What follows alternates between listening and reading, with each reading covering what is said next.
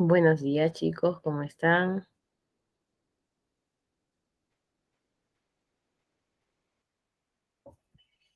Bienvenidos, bienvenidos. ¿Cómo estás, Rodrigo? Buenos días. Buenos días a todos. Katius, Sharon, Jesús, Yamil, Maricielo, Danielita, Angelín, María Gracia, ¿cómo estás, Stephanie? Bienvenida, bienvenida. Bienvenida también a nuestra querida auxiliar Manuela, que está aquí apoyándonos para iniciar nuestra clase. ¿Cómo están todos? Hoy día tenemos un tema súper interesante que corresponde a hidrografía, el tema de ríos. El tema de ríos para algunos suele ser algo pesado por el tema de la denominación o de los nombres que se utilizan, ¿no? Lo más importante es poder comprender cómo funciona el sistema hídrico de nuestro país, es decir, las vertientes, las cuencas, las denominaciones, los términos diferentes que se utilizan. Y eso lo vamos a ir aplicando ya luego en cada espacio del Perú, es decir, en cada región. Y así se hace más sencillo. La próxima semana nos toca clima y luego lo que es cambio climático. Y allí también aprendemos un poquito más todo el sistema de corrientes que tenemos en nuestro mar. Es como un proceso que vamos a ir trabajando, pues poco a poco. Hay términos que quizás al inicio se nos complican un poquito por que no sabemos definirlos completo, pero ya con el tema de clima se termina de definir casi toda esta parte hídrica. Buenos días a los que están ingresando también ahorita, porque ya vamos a comenzar. Ahí en el caso de cívica desarrollaremos un tema que se conoce como convivencia, es un tema súper importante, es casi conocer un poco la realidad del país en cuanto a política, a la problemática que atraviesa.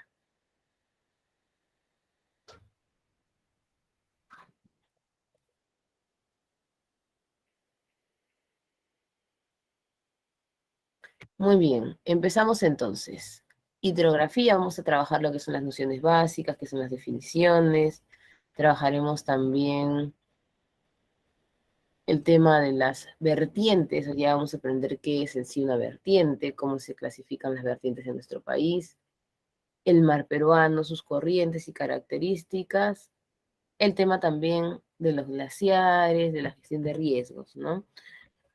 Porque es parte de la masa hídrica. Muy bien, empezamos a definir ciertos conceptos.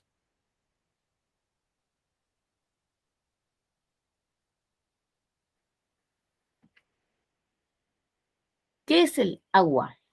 El agua es un recurso que no se encuentra disponible actualmente en todo el planeta en la misma cantidad. En realidad siempre ha habido esa dificultad. Existe mayor disponibilidad de agua en las zonas vinculadas a bosques, por ejemplo, o nosotros en América gracias a la Amazonía. También encontramos una gran capacidad hídrica en las zonas congeladas, en las zonas polares, en los nevados, en los glaciares, que es como la reserva de agua. Entonces ya de por sí sabemos que no hay la misma distribución en todo el planeta. Por otro lado, con los problemas que hemos ido mencionando, como el cambio climático, la falta de agua cada vez es más prolongada. Entonces los lugares que tenían sequías van a tener sequías más amplias, ya no de 10, 15 años, como ya se veía mencionando en los últimos años, sino que podría llegar hasta 30 años de sequía.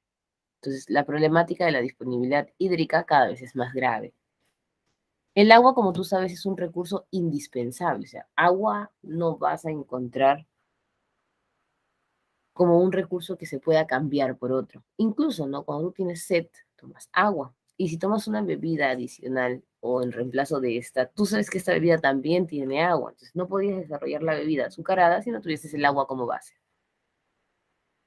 Es indispensable para poder mantener nuestra vida, pero como parte de un mismo ciclo, que es el ciclo del agua, que hemos visto desde pequeños, a veces podemos encontrar alguna dificultad en los procesos. Entonces, si uno de los procesos se altera, también se altera todo el recurso. La ventaja que a pesar de ser un recurso que está escaseando y que es limitado en varias partes, e incluso que está contaminado, es decir, es vulnerable a la contaminación, es un recurso que se puede renovar y se puede reutilizar. Entonces, lo que hacemos ahorita en la actualidad es concientizar al uso responsable del agua para poderlo mantener. Nosotros contamos con un porcentaje de agua de aproximadamente 70 a 71% en el planeta. Lo restante continúa o se clasifica como la parte continental. De ese 71%, no todo es agua de consumo. Existe el agua salada, que como vemos ahí en nuestra diapositiva, corresponde al 97%. O el agua dulce, que corresponde a un 3%. Obviamente esos porcentajes son redondeados, ¿no? Dentro de lo que es una masa salada tenemos los océanos y los mares. Y en el agua dulce encontramos las zonas congeladas, que es la que tiene la mayor cantidad de reserva, los mantos freáticos, que es el agua subterránea, y lo disponible a nuestra vista, que serían lagos, ríos, vapor de agua. Recuerden además que justo donde encontramos mayor cantidad de reserva dulce para consumo es o son las zonas afectadas por el cambio climático. Por lo tanto, eso es lo que preocupa, la disponibilidad de agua que podamos tener de aquí en adelante. Por ejemplo, el río Rímac nace de el nevado de Paca y el nevado de Urcos. Si estos nevados comienzan a carecer de nieve, ¿no? O de la disponibilidad del recurso sólido del agua, no tendríamos agua en el río Rímac. Ya de por sí son ríos de curso irregular, es decir, que no cargan agua todo el año. De la disponibilidad de agua dulce, del 1% que corresponde a lagos, ríos y vapor de agua, no todo está visible como masa de agua en movimiento, es decir, como río, sino que por el contrario, vamos a encontrar un 2% aproximadamente del porcentaje de agua visible, es decir, 2% del 1%, del 3%, que es prácticamente nada, no si lo llevas a comparar a un porcentaje. La mayor cantidad de agua visible o líquida está en los lagos.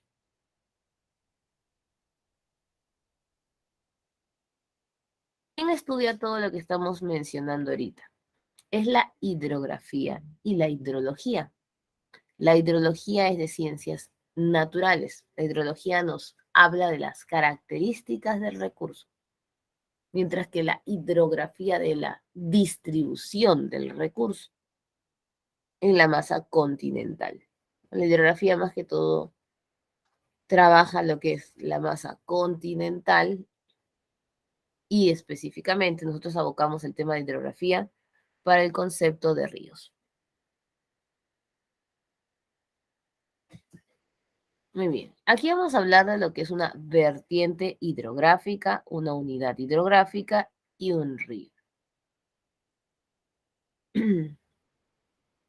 Pero antes de pasar a describir cada uno de estos procesos, pues vamos a ver la clasificación del agua dulce y del agua salada. Empezando porque verdaderamente no se conocen o no se llaman así, agua dulce y agua salada, sino que se debería llamar agua intercontinental y continental, es decir, entre los continentes o sobre el continente. Ya la salinidad o la falta de la salinidad es una característica de este tipo de agua. Salinidad está presente en el agua intercontinental o como nosotros le decíamos, salada. La salinidad es distinta a varios factores. En algunos casos es inversa y en otros es directa. La salinidad es inversamente proporcional a la latitud, es decir, mientras más cerca estés de la zona ecuatorial, hay mayor contenido de sal en el agua. Y mientras más te acerques a las zonas polares, hay menor contenido de sal. Y eso es obvio porque nuestras aguas son más salinas. Y si te vas a las zonas polares es agua dulce, ¿no? Entonces el nombre nada más comienzas a entender porque carece de sal. Mientras más profundo vayas, también va a disminuir la salinidad. Suele haber más sal en la superficie. Por nuestra ubicación, nuestras aguas son salinas, pero la zona norte debería tener mayor contenido de sal que la zona centro-sur, por su cercanía al Ecuador.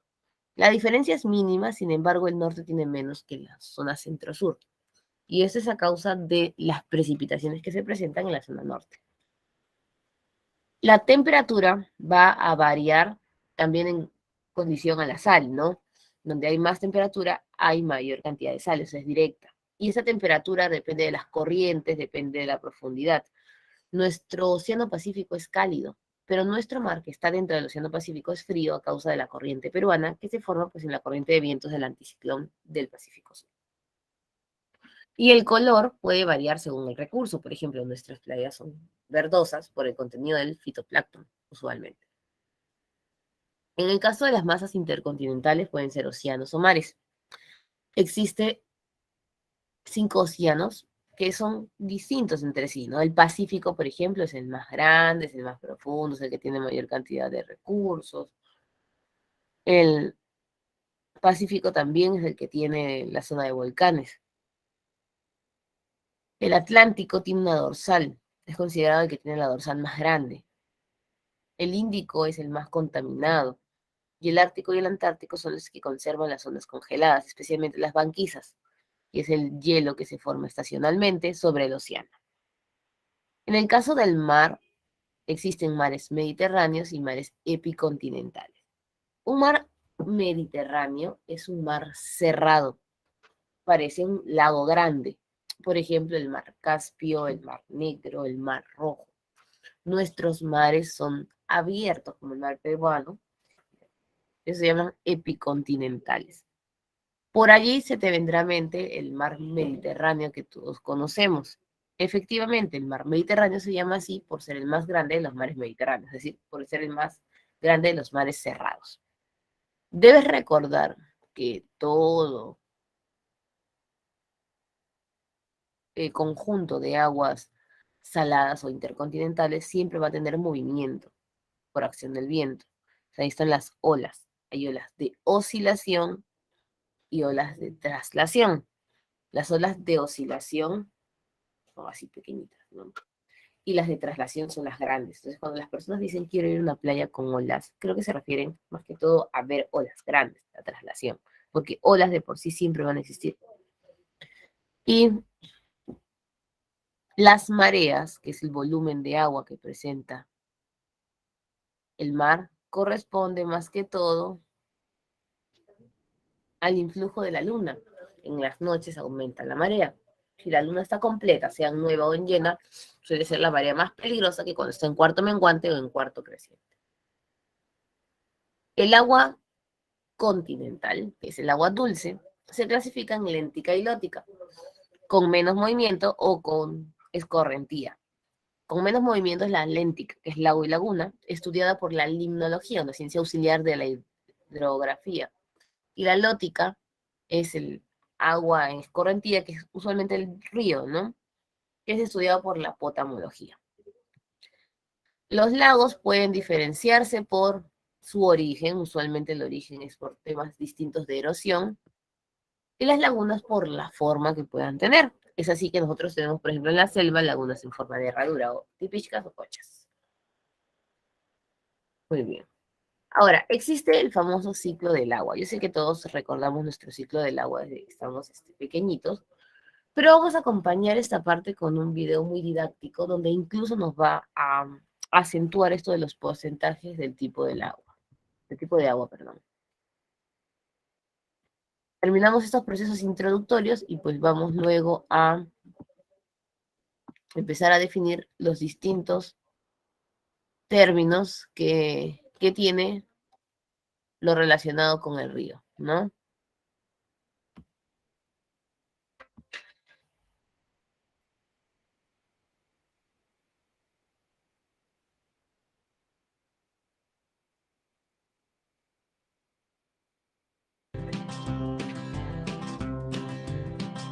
El ciclo del agua. Del agua total del planeta, más de un 96% es salina. Del resto, el agua dulce, un 68% está en el hielo y glaciares y el 30% restante en el suelo. Es el agua de ríos y lagos, la minoritaria, la fuente usada por las personas a diario. El ciclo del agua se está viendo afectado por cambios en el clima y porque la extracción de agua se ha multiplicado por 3 en los últimos 50 años. ¿Conoces cómo funciona el ciclo del agua?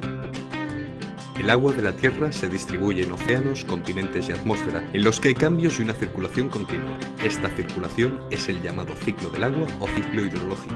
Este ciclo se mantiene en movimiento por la energía del Sol y por la gravedad. Pasa de la superficie terrestre a la atmósfera en modo de vapor y regresa de nuevo a la Tierra en modo líquido y sólido.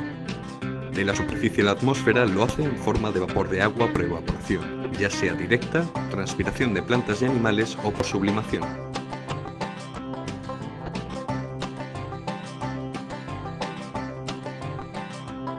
A medida que se eleva, el aire húmedo se enfría y el vapor se transforma en agua.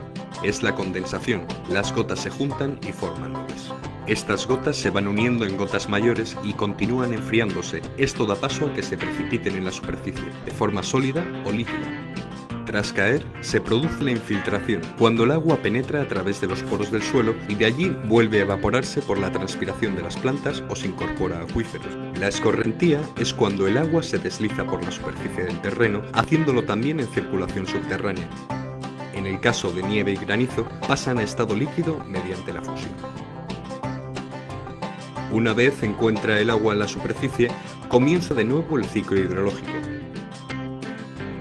¿Sabías que los océanos actúan absorbiendo carbono? Es el llamado ciclo de la absorción del carbono. Este ciclo es importante ya que el océano absorbe entre el 25 y el 30% del CO2, por lo que cuanta más cantidad se emita en la atmósfera, mayor absorción para el océano y peores consecuencias. A priori, esta absorción es positiva porque reduce la intensidad del cambio climático sobre la atmósfera, pero el CO2 se disuelve en el océano y provoca un aumento de la acidez al combinarse con el agua. A causa de esto, el agua del mar se vuelve corrosiva para las conchas y esqueletos de muchos organismos, provocando consecuencias graves que desequilibran el ecosistema marino. No debemos alterar el ciclo natural del agua. Recuerda hacer siempre de ella un uso responsable. Hay que evitar las emisiones de CO2, realizar una extracción sostenible y evitar la contaminación del agua.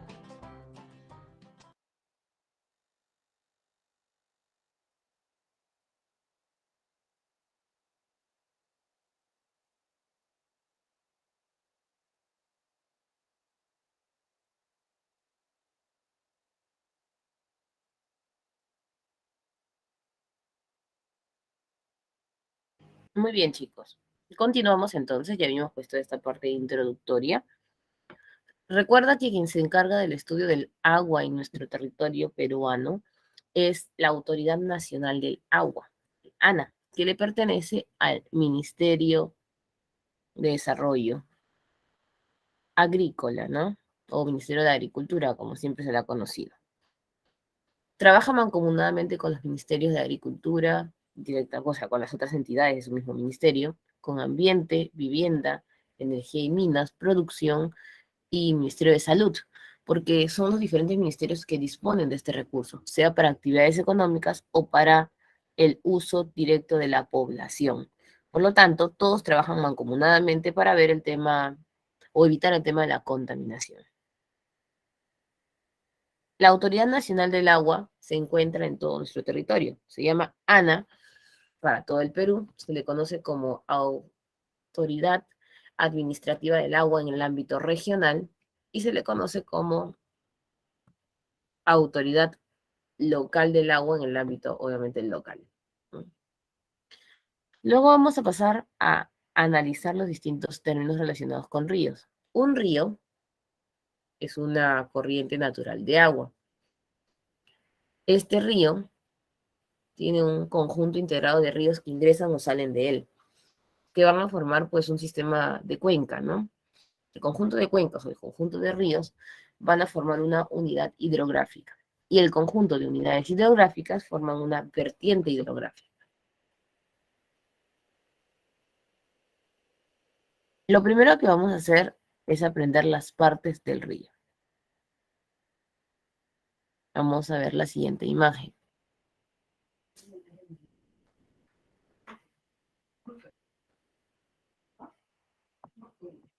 está.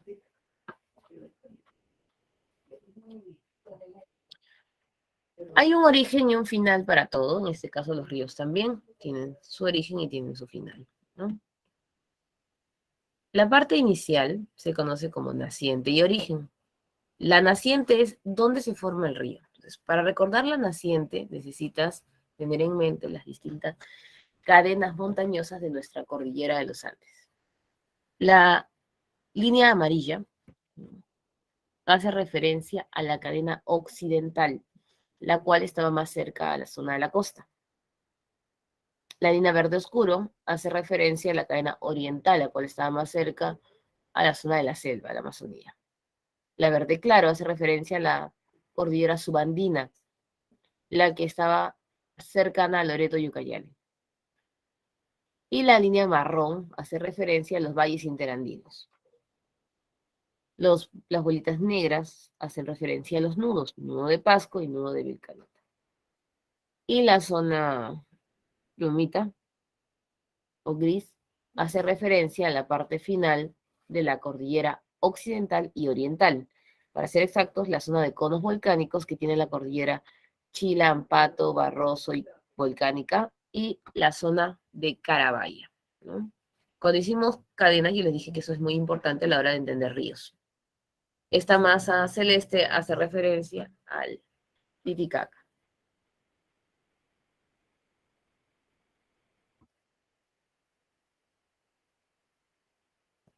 Los ríos que nacen en la zona amarilla van camino, en su mayoría, porque el río Amazonas nace también en la zona amarilla, pero no tiene esa dirección, en la mayoría, vamos a hablar de un 95% de ríos de la zona amarilla u occidental, se van hacia el Océano Pacífico. Los que nacen en la zona verde oscuro y especialmente en los nudos, las bolitas negras, se van hacia el Atlántico, es decir, por el otro lado. Y los que nacen en las zonas finales de conos volcánicos y Carabaya van usualmente hacia el lago Titicaca. Por eso se dibuja el lago Titicaca.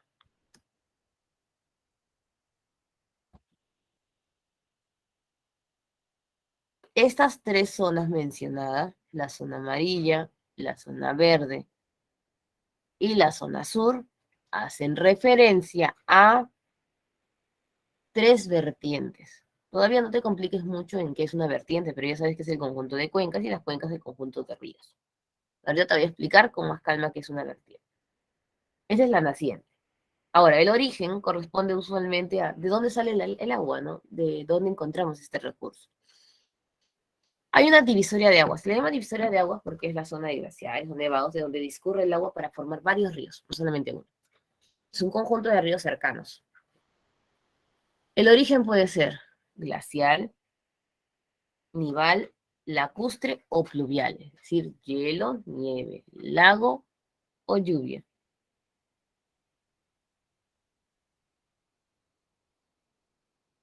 Tenemos inicio, nos falta final. Entonces el río inicia allí, pero va a terminar en la desembocadura y cuenca.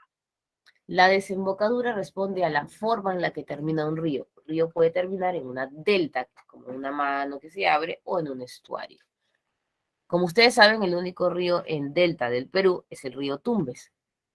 Vamos a ver una delta ahorita. Esa es una delta, por ejemplo. No es de la delta del río Tumbes, porque el río Tumbes no tiene una delta tan pronunciada.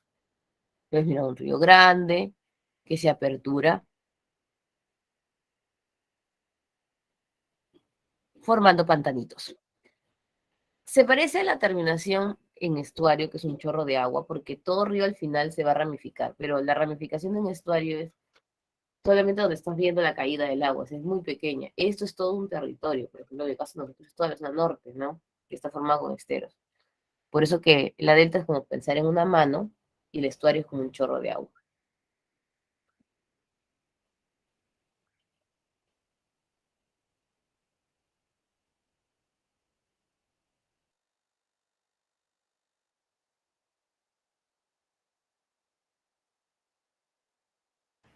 Ese es entonces el cómo. ¿Cómo termina un río? ¿Chorro de agua o una manito?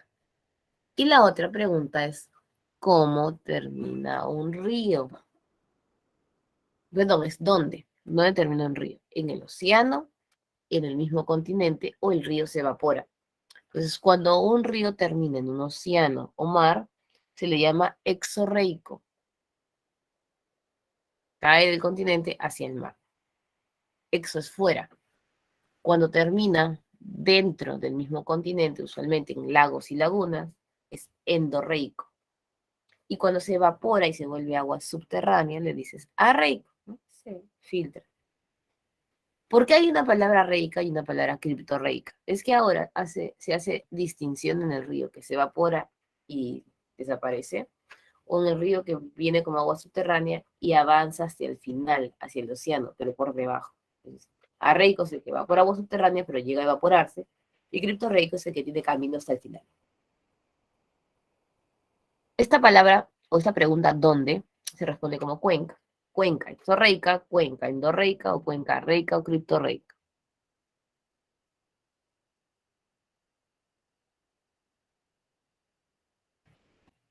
Ahora, ya tenemos inicio y tenemos final, nos falta el medio. El espacio por donde discurre un río, si tú sacas el agua, te va a quedar un agujero, esa línea que conocemos como cauce. Cauce rocoso y cauce arenoso.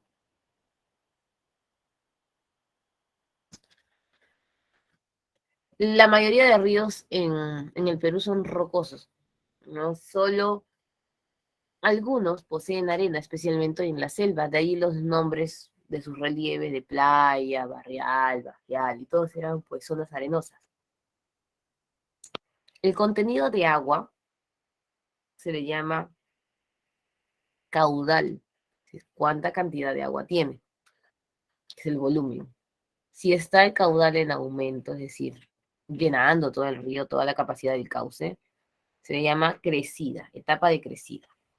Cuando disminuye el caudal, se le conoce como estiaje o vaciante. El estiaje vaciante es notorio, por ejemplo, en los ríos de la costa o en los ríos de la zona del Titicaca, porque ves un montón de agua en verano y luego poquita, un chorrito de agua. En la selva no se nota, chicos. Siempre va a haber agua en cantidad. La diferencia con la crecida es más que todo la cantidad que puede salir del río. Es decir, la crecida genera inundación, mientras que el estiaje vaciante es una etapa normal, ¿no? Que el agua tiene menor volumen. Como los ríos de la selva siempre tienen agua, se le llama un régimen regular, mientras que los que pasan de abundante agua a poquito es irregular. El movimiento del agua con fuerza se llama torrente. Y cuando ya comienza a ponerse más suave e incluso permite el movimiento de embarcaciones, se llama navegable. Ojo, no todo río que tenga suavidad genera navegabilidad. Usualmente, por ejemplo, en las selvas son navegables porque tienen los meandros, que es la curvatura, tiene el volumen de agua, y a eso se suma la suavidad en el movimiento, ¿no? Porque la parte inclinada o torrentosa pues no permite la navegación. Y la dirección o curso, ¿no? Los ríos que nacen en la zona occidental o línea amarillita y se van hacia el Pacífico tienen una dirección este-oeste. Los que nacen en las zonas de nudos, oeste-este, Amazonía, se van para el Atlántico. Y los que van alrededor del Titicaca le dicen radial centrípeto, como que le dan la vuelta al Titicaca, ¿no? Es así donde formamos justo tres grupos o vertientes. Vertiente del Pacífico, porque terminan en el Pacífico, vertiente del Amazonas, porque todos integran el río Amazonas, o también le llaman vertiente del Atlántico, aunque la del Atlántico tiene más ríos que no solo son de la Amazonía. Y la del sur le dicen vertiente del Titicaca, porque se van al Titicaca. Entonces, ese es todo el sistema hídrico. Hasta allí ya sabes las partes de un río. Ahora, ¿cuál es la diferencia entre el río, la cuenca y la unidad hidrográfica? Eso vamos a ver ahorita.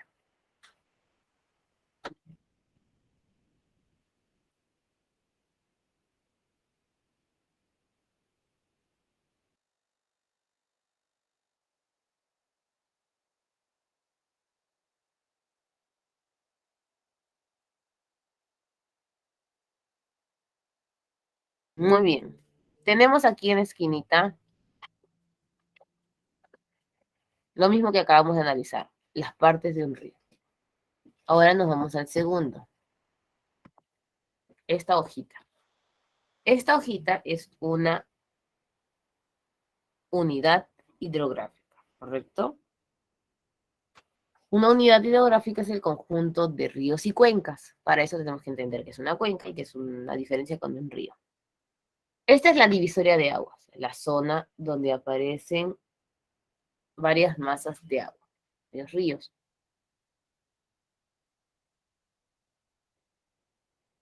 De aquí discurre el agua, entonces, formando un río grande. Es el río principal. Aquí hay otro río grande que también es otro río principal. Ojo, se llama principal porque tiene el origen en la divisoria de aguas y llega hasta el final. No siempre tiene que ser una masa como estas de aquí, que son toda la extensión. A veces pueden ser dos ríos pequeños principales que se van uniendo y así van dando luz a uno más grande, ¿no? Y cuenta como principal porque está desde el origen hasta el final. El primer principal es un río colector porque recibe o da agua a otros ríos. Y el segundo, que es el Celestito, es solo un río principal, no es colector porque no tiene agua que ingresa o sale. Este río grande principal tiene uno, dos y tres ríos que están ingresando. ¿Eso qué significa? Que son afluentes o tributarios, dan agua. Tributos pagar, ¿no? Da agua. Y este de aquí es un efluente o emisario. ¿Qué está haciendo? Saliendo. Se está formando un nuevo río a causa del río colector, que no es muy común. Usualmente es más normal que los afluentes ingresen al río colector. Este río, de aquí que es un afluente, tiene a su vez sus afluentes y efluentes pequeños. Como tú ya sabes, la cuenca se puede traducir como el final de, ¿no es cierto? Es el final de un río. Es porque decíamos nosotros dónde termina el río. Entonces, el primer río, acá está, el solitario, termina en donde dice dos. Allí termina. Entonces, esa sería su cuenca interna. ¿Por qué le dicen cuenca interna? Porque no recibió agua de ningún río. Puedes decirle cuenca normal, ¿no? Pero la diferenciamos de la cuenca que sí recibió agua, que es la uno. Esta de aquí es una cuenca principal. ¿Por qué le dicen también cuenca al sistema integrado de ríos? Porque en el caso del colector, como ha recibido y ha salido agua de allí, ya pues no es una cuenca pura, no es como la 2, sino que aquí sí hay varios sistemas integrados. Las dos son cuencas, solo que es una principal y una interna.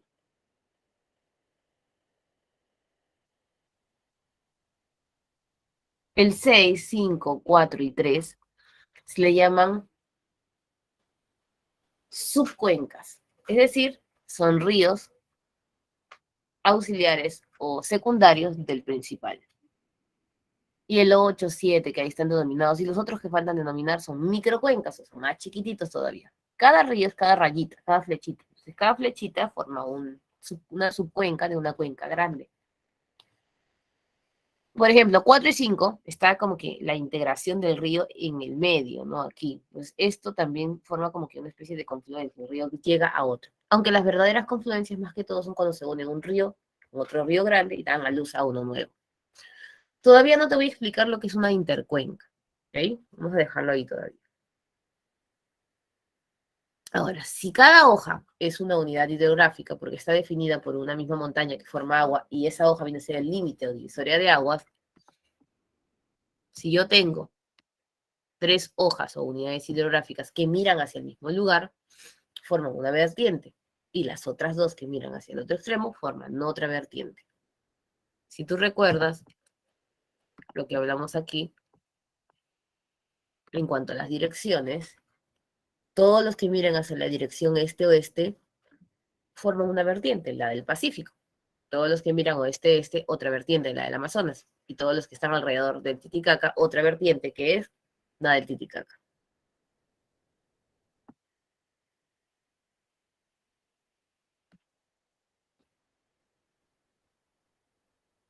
Muy bien, vamos clausurando ahí términos.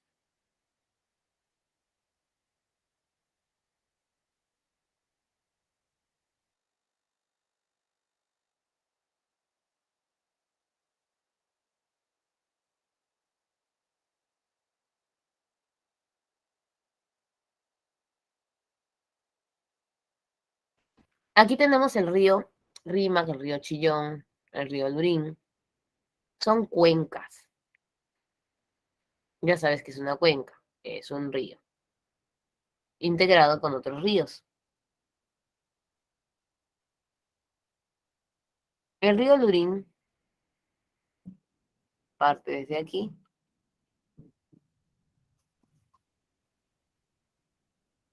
y recibe otros ríos. Cada pedacito de hoja chiquita que encuentras es una subcuenca. Aquí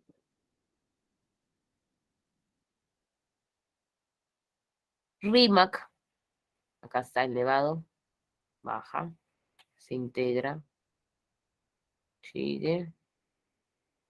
Santa Eulalia, aquí está. Cada pedacito, ahí está el Guaycoloro, es una subcuenca. Chillón le pasa lo mismo.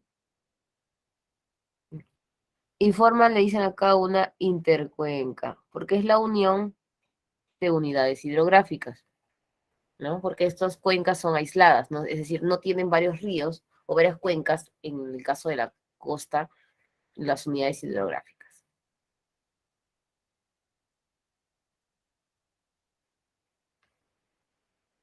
Seguimos viendo términos.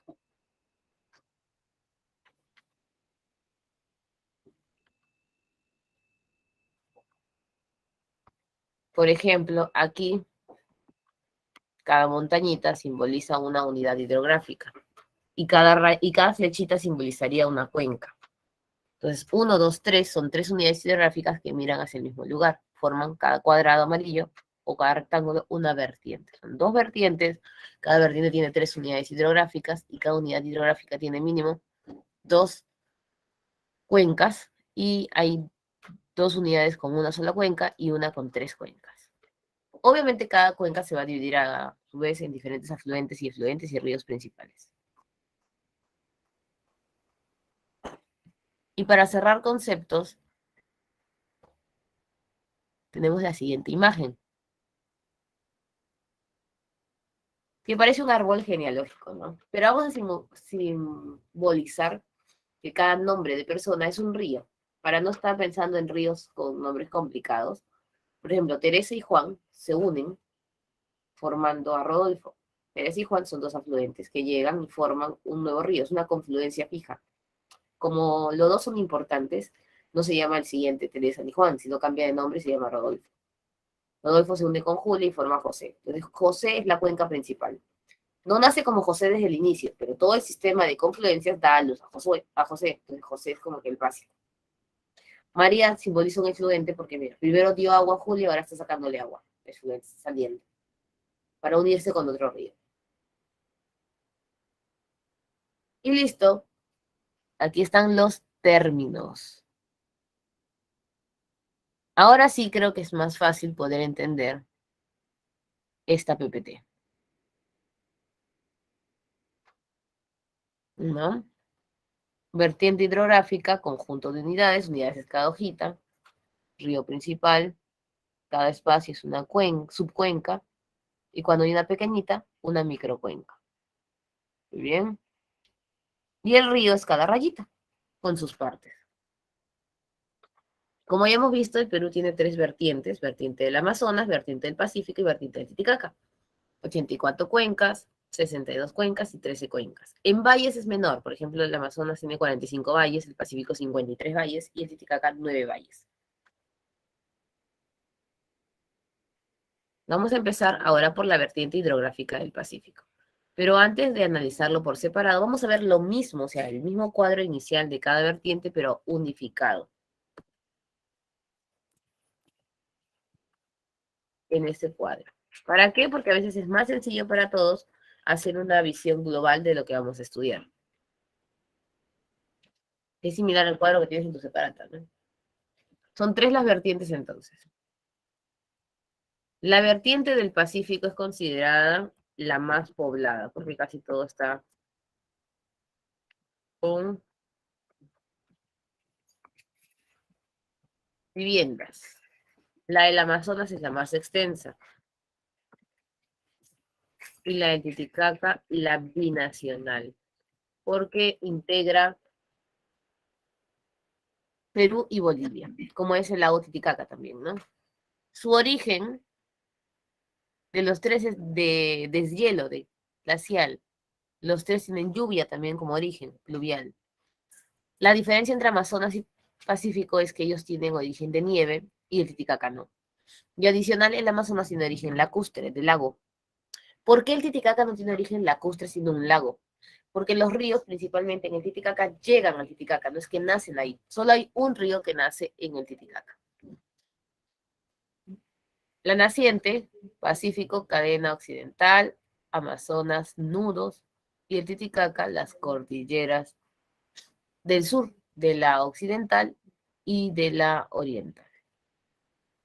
Cuenca es el donde termina el río. Puede ser fuera del continente, dentro del continente o agua subterránea. Fuera es Pacífico y Amazonas porque terminan en océanos, Océano Pacífico y Océano Atlántico. Dentro es el Titicaca porque terminan en el lago Titicaca. Y el que nace en el Titicaca termina en otro lago, que es el lago Popó. Y Arreica y Criptorreica están en el Pacífico, agua subterránea. Todos son rocosos, el Amazonas nada más que es arenoso. Curso, Titicaca y Pacífico son cortos y Amazonas es largo. Acá comienzan a aparecerse Pacífico y Titicaca, o sea, todos son cortos, irregulares, poco caudal, ya vienen las afecciones. Mientras que el Amazonas tiene siempre lo mayor, ¿no? Más largo, más abundante caudal, regular. Los ríos solo son navegables en el Amazonas. Después, en el Pacífico, el único río navegable es Tumbes, y en el Titicaca no hay ningún río navegable. El que es navegable es el lago, no sus ríos.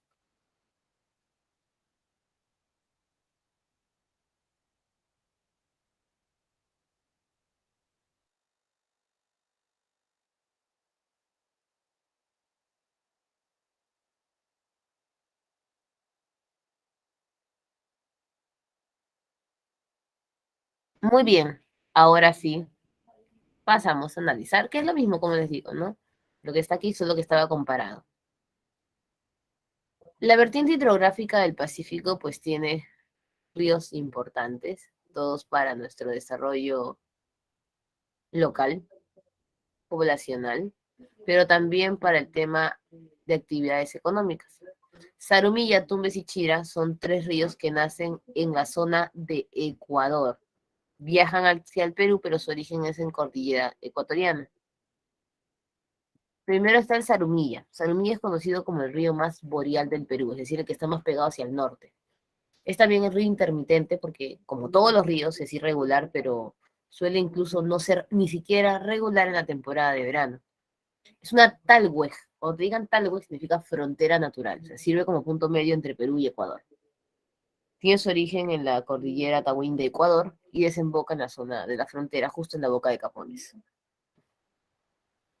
El río Sarumilla toma agua de la naciente, de su origen. Por eso forma una bocatoma, bocatoma las palmas. Bocatoma es tomar agua de la naciente para distribuirla en otras zonas. El río Tumbes nace con el nombre de Puyango, en la zona de Ecuador. Por eso su proyecto es Puyango Tumbes, ¿no? Proyecto de desarrollo hídrico entre los dos países. Es un proyecto binacional. Es el único río navegable de la costa. Es el único río que tiene cocodrilos, que son los cocodrilos americanos. Es el único río que tiene manglares y esteros. Termina también en delta, es el único en delta. Y nace en la cordillera Chila y en la zona Cerro Negro de Ecuador. Chira es el de mayor fuerza, es decir, el que viene con mayor cantidad de agua durante su crecida. No es el que tiene agua constantemente, el primero es Santa, el que mantiene agua constantemente. Es irregular. Nace en la zona de Catamayo en Ecuador, por eso también le dicen río Catamayo. Y como obra hidráulica posee la represa de Poechos, que es la represa de mayor capacidad, es la que guarda mayor capacidad de agua. Se distribuye, mejor dicho, mayor capacidad de agua y la mantiene en el reservorio de San Lorenzo.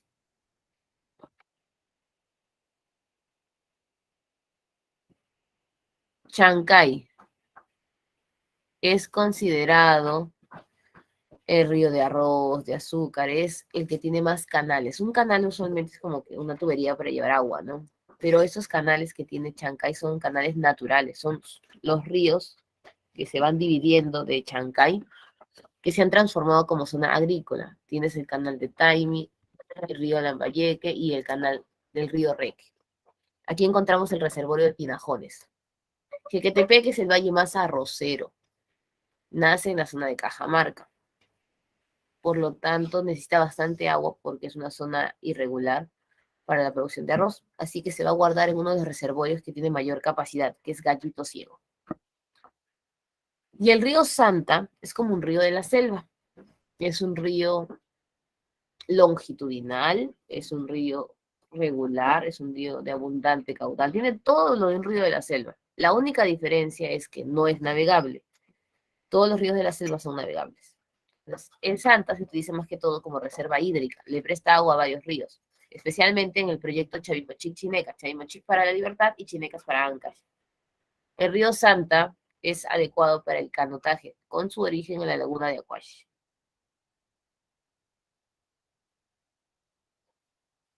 Y vamos con el río Rímac. El río Rímac tiene su origen en el Nevado de Paca y Urcos. El río Rímac tiene como principales afluentes el río Santa Eulalia, el río Blanco y el Carmen y el Guaycoloro como quebrada, siendo el Guaycoloro también otro de sus afluentes básicos. Es considerado el río más poblado, es decir, el valle más poblado en realidad, ¿no? El que tiene más población allí, de todos los que de por sí son poblados. Por la población también se ha considerado ahora como el más contaminado. Es el más pecuario en su naciente, que es decir, mejor ganadería, y es el río con mayor cantidad de centrales hidroeléctricas, tiene 5 centrales hidroeléctricas. Se conocía como el río Hablador porque sus enormes piedras producían ese sonido cuando avanzaban. Ahora, las piedras se han perdido producto de la erosión y porque las personas se llevaban las piedras para hacer sus casas arriba. Y antes, aunque no lo crean, era un río de amplios recursos. Su recurso principal eran los camarones, cosa que ahora pues ya no podemos visualizar. También está la represa de Yuracmayo. Trasvase es coger agua de una parte del río y prestarla a otra parte del río o llevársela a otro río. Y todos nos imaginamos, ¿no? Cómo sería el río Rímac antes. Pero les cuento que la Autoridad Nacional del Agua, en homenaje al río Rímac o río Hablador, ha hecho un video de cómo era el río, de su importancia y de lo que se ha ido perdiendo. Vamos a ver, visualizar juntos entonces al río Rímac.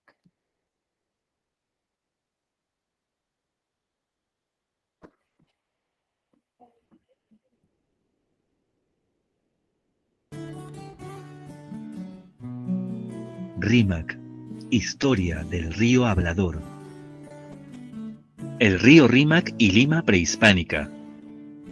Hace 3000 años, Lima era un área desértica, pero gracias al conocimiento de sus antiguos habitantes, la transformaron en un lugar placentero para vivir. Construyeron templos en forma de U y grandes canales artificiales para irrigar sus campos de cultivo. Las aldeas se fueron transformando en poblados a lo largo del río, como los curacazgos de Maranga y Surco. Hacia el año 1470 de esta era, cuando llegan los incas a Lima, encuentran una sociedad ichma bien organizada y con un sistema de canales muy bien diseñados. Era tanta la importancia del agua que fue representada en su cerámica y en objetos ceremoniales. El río Rímac dentro y fuera de las murallas. Cuando gobernaba el virrey Duque de la Palata, se dispone la construcción de una muralla que circunde la ciudad, teniendo como vecino inmediato al río Rímac.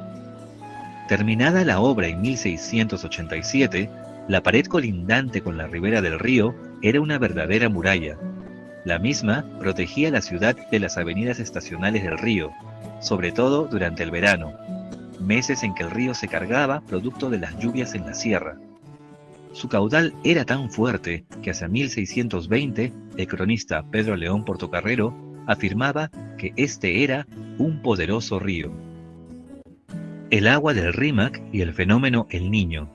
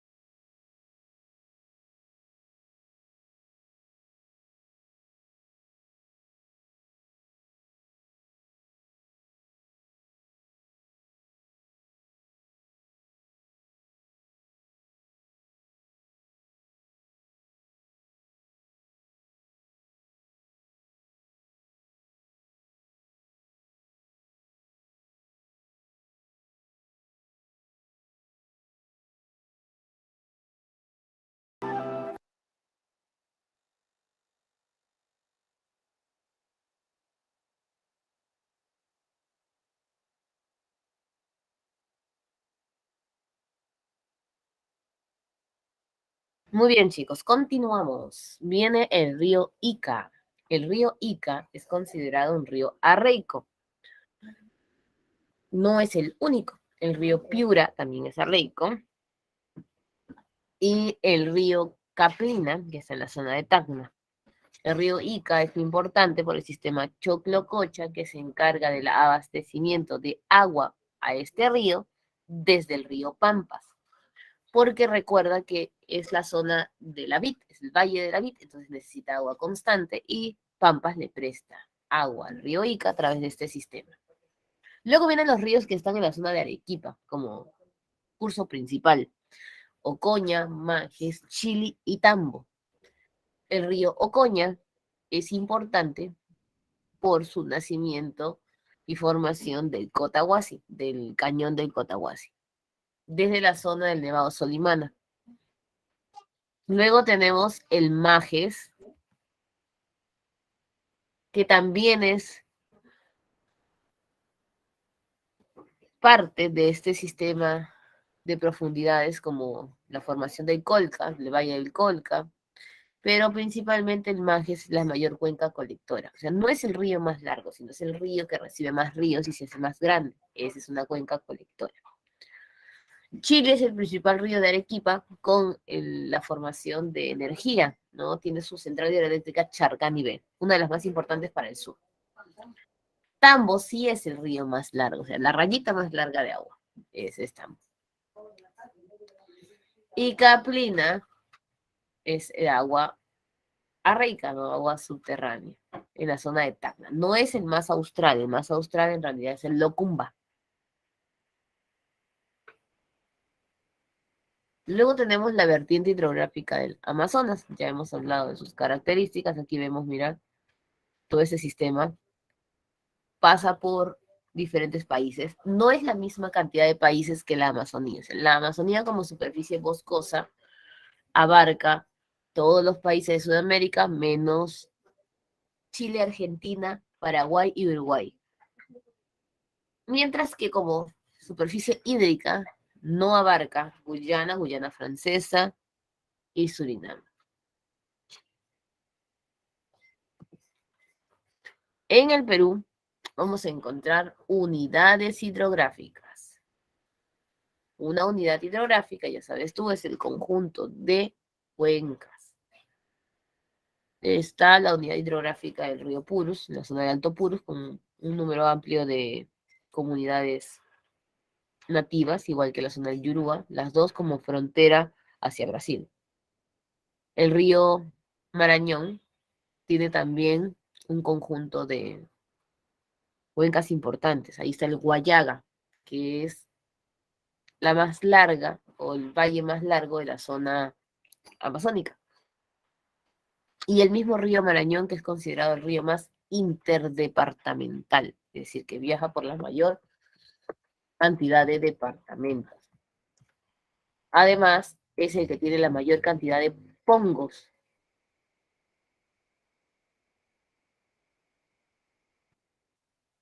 Aparte de los pongos y su distancia,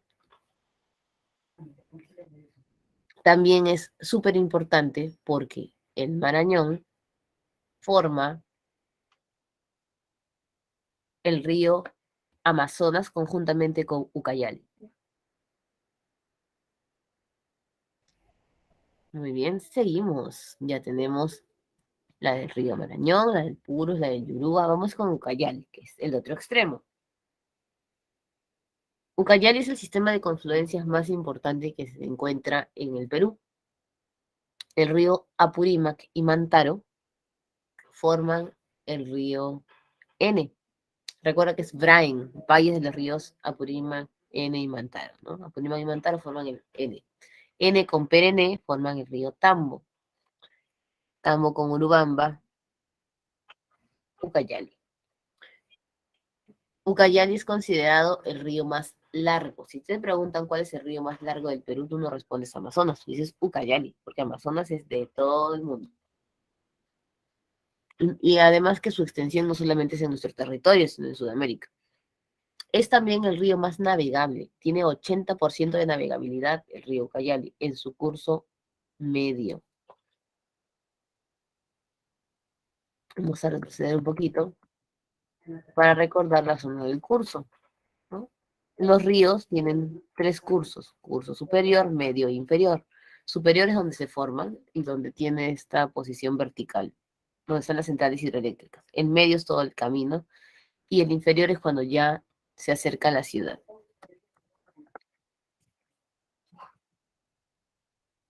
Bien.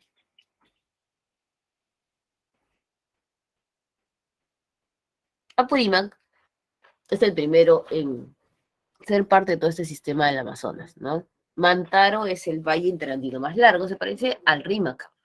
Es también pecuario, tiene gran cantidad de población, tiene 4 centrales hidroeléctricas donde destaca Santiago Antunes de Mayol y Restitución. Mantaro además es contaminado, pero por minería, no tanto por población y basura. Y Urubamba es el más fértil de todos, donde está el Valle Sagrado de los Incas. La cuenca del Amazonas, o el sistema integrado del Amazonas, tiene también la unidad hidrográfica de Madre de Dios, que era considerada una vertiente aparte antes, porque no tenía como que una relación con todos los ríos en la zona del Amazonas, hasta que se dieron cuenta que esta zona de Madre de Dios se relacionaba con el río Madeira en Brasil y hacía parte de este sistema grande. Y en el caso de ¿por qué le dicen intercuencas? ¿Se acuerdan que les dije que les iba a explicar después? Es que una intercuenca es la unión de dos unidades hidrográficas principales. Amazonas se forma en la unión de Marañón y Ucayali, por lo tanto es el resultado de la unión de dos unidades hidrográficas. Esa es la intercuenca del Amazonas. Margen derecha y margen izquierda. Yavarí y Nanay, Napo y Putumayo para el lado izquierdo. Ahora, si destacamos la zona del Amazonas, tenemos que recordar al río Amazonas. El río Amazonas nace en la quebrada de Apacheta, en la zona occidental, pero viaja hacia la zona oriental.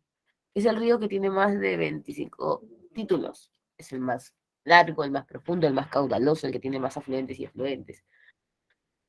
Y es considerado uno de los principales en cuanto a la reserva de recursos hídricos y además en la formación de oxígeno gracias a sus bosques.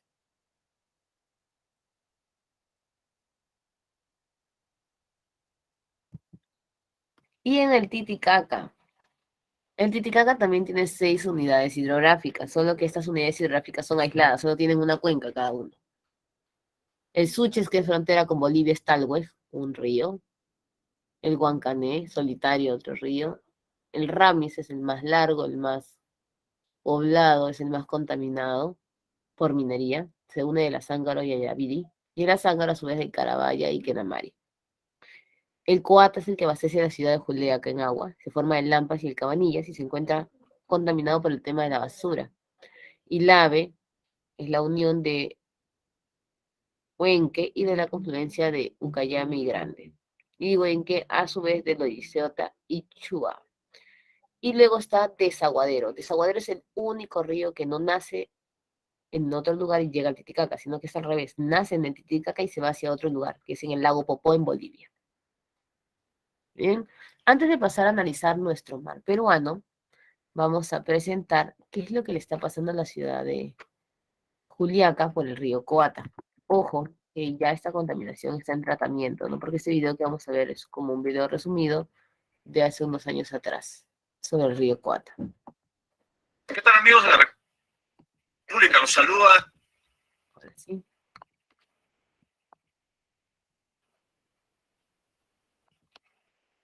Limón y Fernández. El espejo de agua que ustedes ven es el río Coata. Hasta hace 20 años este afluente era fuente de vida.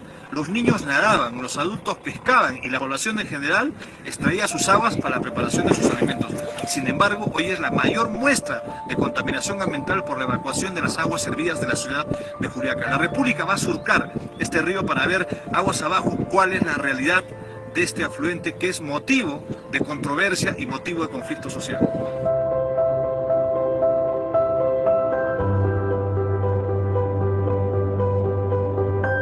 Luego que la cuenca del Coata fue fuente de vida y de recursos para los pobladores que viven en la zona de Ribera, hoy este río luce de esta manera. Enormes capas de basura donde hay zapatos, botellas, bolsas de plástico, desechos humanos, ranas muertas, montículos de basura, y esto es producto de la evacuación de aguas servidas de la ciudad de Juliaca a este afluente que finalmente termina en el Titicaca. Este es el drama en el cual día a día viven los pobladores dedicados a la crianza de ganado vacuno y ovino.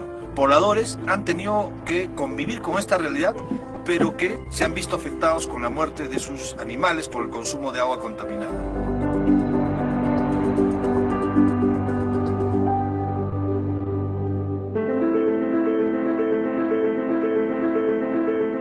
La explicación a la contaminación del río Coata tiene su origen en la evacuación de aguas servidas, como ustedes pueden ver. La alternativa es la construcción de una planta de tratamiento. El tema ahora está en cancha del gobierno.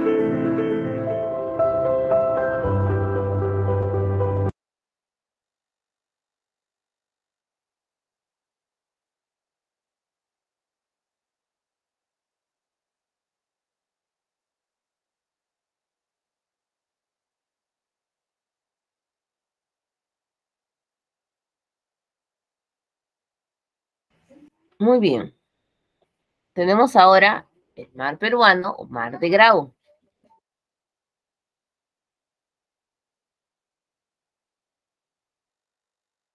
El mar peruano es un mar epicontinental, un mar abierto, ¿no? Nuestro mar peruano, mar de Grau, tiene diferentes características acorde a la estación. Usualmente nuestro océano Pacífico es un océano cálido, pero gracias a la corriente fría, pues se torna en esta zona de más bajas temperaturas. El mar peruano tiene una anchura de 200 millas. Cuando se refieren a una anchura, se refiere a esta distancia, no al largo. Y la fosa, recuerda que era la zona de subducción, ¿no? Había una fosa meridional que era desde Tacna hasta Nazca y luego la fosa central de Nazca hasta la península de Illescas. Ya, pues en este caso estamos hablando de la mayor profundidad en la zona meridional hasta 6.552 metros. Hay una zona norte que se forma desde Illescas hacia la zona ecuatorial y la zona sur desde Illescas hasta la frontera con Tacna, ¿no? En la zona de Chile, perdón. Ahora, ¿por qué se utiliza como referencia Illescas? Cuando hicimos relieve yo les dije, Illescas es básico para diferenciar las zonas del mar porque hasta esa distancia llega la corriente peruana, en teoría. Decimos en teoría porque hay estaciones donde la corriente peruana no puede tener tanta fuerza, especialmente en la temporada de verano. Por eso vemos aquí los cambios de temperatura en el agua. Cuando está más rojizo porque está más caliente. Mira cómo va ingresando. Y luego se va yendo esta masa caliente. La temperatura no es baja tampoco, ¿no? Pero a diferencia de repente de otros océanos puede serlo. Para el sur, que es la partecita más baja, está entre 13 y 14 grados. En el caso de centro, que nosotros estamos en la zona de Lima, de 17 a 19, y en la zona norte sí es la más cálida. Esa temperatura es la común, pero obviamente si viene el fenómeno del Niño, la temperatura aumenta más. La zona centro-sur es verdosa por el fitoplancton, porque recuerda que el fitoplancton lo produce la corriente peruana. Y la parte más azulina o azulada sería la zona norte. Vamos al tema de corrientes. Las corrientes, para ser exactos, lo vamos a ver con el tema de vientos en clima, porque hay varios factores ahí que interactúan. Pero hoy día las vamos a presentar más que todo. La corriente peruana es la que se forma del anticiclón. Como todavía no hemos hecho clima, por ahí nos podemos confundir con términos. Un anticiclón es como un remolino de agua que se va formando en sentido antihorario. Es agua fría. Esta agua se forma y genera una corriente ondulada, que es la corriente peruana, que viaja hasta la península de Illescas, levantando el fondo marino, donde el fitoplancton comienza a sobresalir, ¿no? Y por eso los pececitos están ahí comiendo, porque la salinidad mantiene la densidad. La corriente peruana realmente no es una sola masa de agua, sino son dos masas de agua que se van generando. Una viaja cercana al litoral, que es la corriente costera, y otra hacia el fondo marino, que es la corriente oceánica. La corriente oceánica tiene mayor profundidad que la otra y se unen en la temporada de octubre, especialmente de julio a octubre, es decir, en la temporada de invierno. La parte norte tiene a la contracorriente ecuatorial, también conocida como corriente de Cromwell o corriente del Niño. En realidad, el viaje que se da en toda la zona continental, en esta parte del Pacífico, se llama corriente de Cromwell. Esta corriente de Cromwell, como viaja contraria a la forma del Ecuador en la zona de Sudamérica, se le dice contracorriente ecuatorial, que es un conjunto de masas que se van dando entre Centroamérica y el inicio de Sudamérica. Ya cuando está llegando a nuestro territorio, llega más caliente de lo normal y se conoce como corriente del Niño, la cual genera el famoso fenómeno del Niño en algunos veranos. El fenómeno de afloramiento es un fenómeno donde el agua fría del interior del mar sobresale. Es decir, el anticiclón gira frío y forma corriente fría que está levantando el fondo. Pero a su vez hay unos vientos que vienen de la zona del este que eran calientes, que son los vientos alisios, y ahora se han enfriado, están por debajo fríos. Entonces, cuando sobresalen, toda esta masa fría sobresale con el fitoplancton y forma todo este sistema. Ese es el fenómeno de afloramiento. Aflora el fitoplancton y las aguas frías. Ojo, vamos a detallar bien este proceso la próxima semana en clima, así que vamos pincelando, ¿no? Dos corrientes que se unen, levanta el fondo marino gracias a los vientos alisios que se enfrían y el anticiclón que también es frío. Y por último, glaciares en el Perú. Nosotros tenemos pues reserva hídrica, por supuesto que sí, porque tenemos zona de glaciares y nevados. La Cordillera Blanca es principalmente una de estas zonas, por eso lleva ese color. Sin embargo, ya se nos ha avisado que de acá a un tiempo irán desapareciendo los nevados y glaciares por falta de protección ante el cambio climático. De los 3.000 aproximadamente glaciares que tenemos, la mayoría ha perdido una cobertura de entre 30 o hasta 70% alguno de ellos. El Pastoruri, que hablaremos un poquito la próxima semana, pues prácticamente se ha perdido y ha formado una laguna. Mira cómo está la evolución, ¿no? De cómo van las cordilleras, las que están en peligro, en alerta de desaparecer, las que irán desapareciendo poco a poco. El mismo Huascarán está en peligro para el año 2111. Ese se llama proceso de deglaciación o retroceso glacial. Antes de pasar ya a la parte social, vamos a ilustrar esta parte de lo que corresponde a los problemas en los nevados.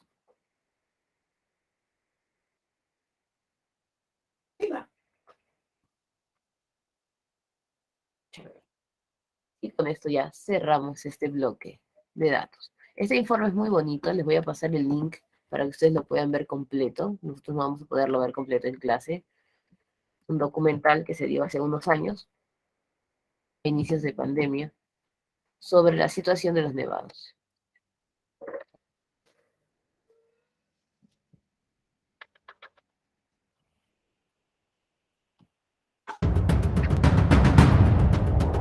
El fenómeno del calentamiento global lleva consigo también temperaturas bajas para ciertos lugares del planeta y épocas del año. Es una situación difícil, imprevista, es el resultado del cambio climático.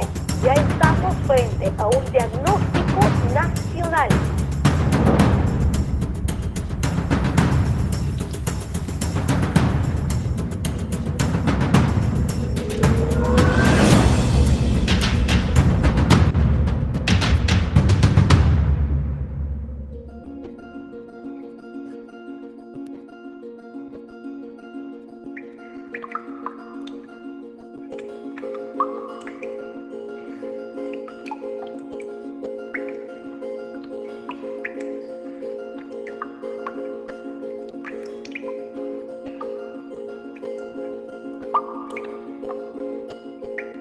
Próximos minutos, usted conocerá las graves consecuencias del calentamiento global. Cada día escuchamos noticias sobre el cambio climático y desaparición de los glaciares. Los modelos climáticos globales de diversos centros de investigación estiman que para el año 2100, la temperatura promedio de la superficie se podría incrementar hasta los casi 5 grados centígrados. A esta altura del partido no se puede discutir sobre la influencia de los cambios climáticos en la atención y provisión del agua y la afectación en nuestras superficies glaciares. Tenemos 18 cordilleras distribuidas en todo el Perú y ellas están siendo afectadas por los cambios climáticos. Las capas de hielo se están derritiendo a una velocidad récord y su pérdida provocaría aumento de volúmenes de agua en lagunas y océanos, provocando inundaciones, avalanchas y carencias de agua. El descongelamiento de los glaciares podría ser la primera señal de una inminente catástrofe ambiental. Es muy importante que las autoridades tomen nota de esta dependencia de los glaciares para el desarrollo de un país. A la medida en que tomen nota, entonces vamos a poder trabajar con mayor confianza la investigación y sobre todo ensayar medidas de adaptación que nos ayuden a no tanto equilibrar, quién sabe, pero sí paliar la falta de glaciares que vamos a tener en el futuro cercano.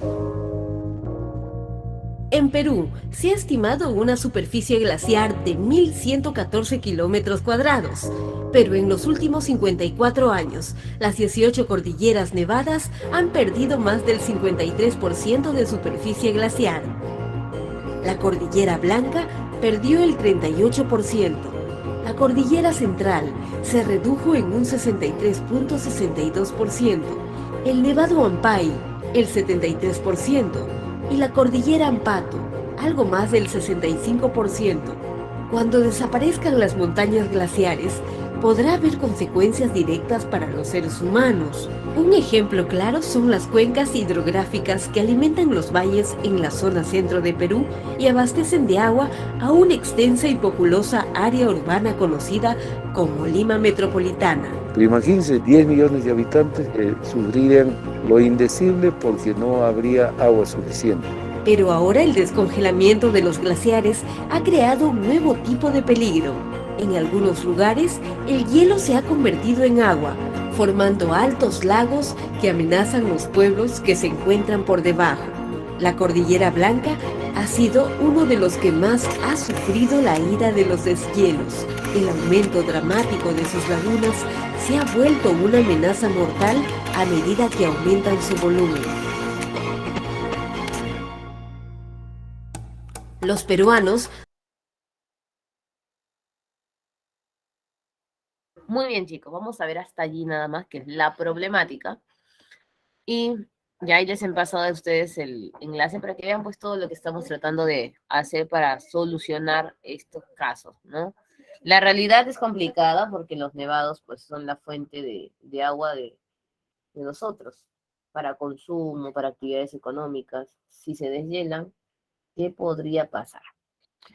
Y ahora vamos con el tema de los cuidados. Tampoco podemos estar solo pensando en los problemas sin soluciones.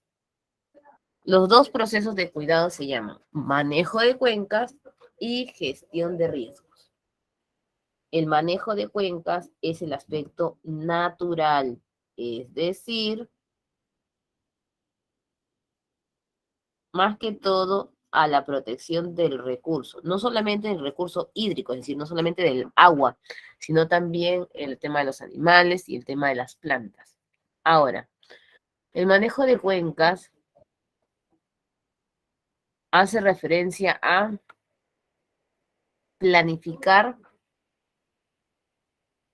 la forma de cómo nosotros vamos a utilizar los recursos y también cómo vamos a evitar procesos erosivos. ¿Cómo se puede evitar procesos erosivos? Obviamente, evitando que las personas formen su casa en la parte baja, en de los valles, es decir, en la ladera de los ríos, colocando más arbolitos o evitando que se talen esos arbolitos porque evitan pues la escorrentía mayor. Descolmatando, generando también o eliminando los focos de contaminación y utilizando racionalmente el agua. Se dice manejo de cuencas y no manejo de ríos porque ustedes ya saben que al final el río va a terminar en otra zona. Entonces va a ser un sistema integrado. Luego tenemos la gestión de riesgos. La gestión de riesgos es un sistema de protección a nosotros, las personas, no tanto a los recursos. Como ustedes saben, hay muchos fenómenos naturales que se pueden dar. La gestión de riesgos incluso no solamente es para el tema de ríos, es para cualquier fenómeno natural. Lo que nosotros tenemos que hacer es que este fenómeno natural no se convierta en un desastre. ¿Y cómo? Estando preparados. Hay varios fenómenos que se dan en los ríos, ¿no? Por ejemplo, están los huaicos, derrumbes, deslizamientos, inundaciones.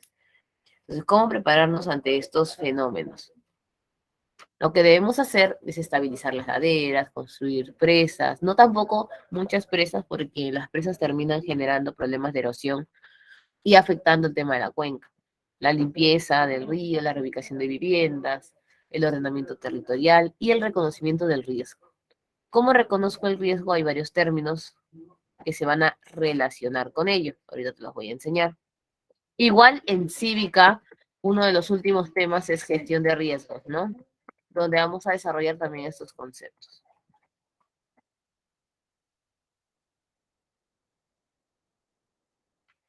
Ahorita vemos un ratito. Aquí está. ¿Qué términos debes saber? Peligro y amenaza, vulnerabilidad, riesgo, gestión y mitigación. Entonces, el peligro y amenaza es un fenómeno natural, ¿ok?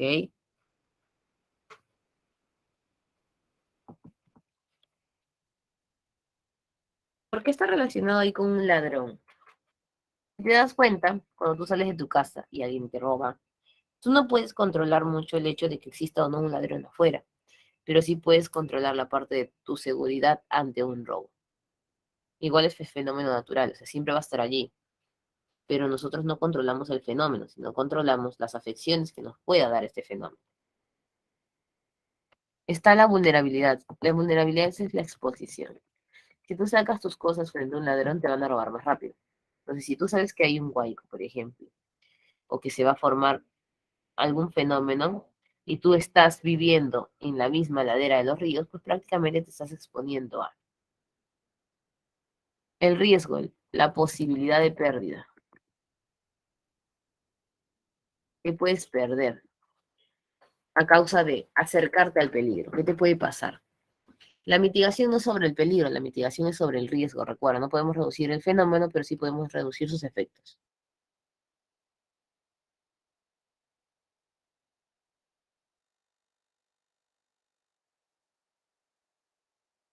Por último, la gestión. No es lo mismo que aparezca un policía antes, durante y después del robo. No, en cada proceso la participación de él es importante. Lo mismo va a pasar en cuanto a el tema de la mitigación en fenómenos naturales, ¿no? No es lo mismo que las autoridades aparezcan antes, durante y después de un huaico. Entonces, eso es lo que tenemos que tener en cuenta.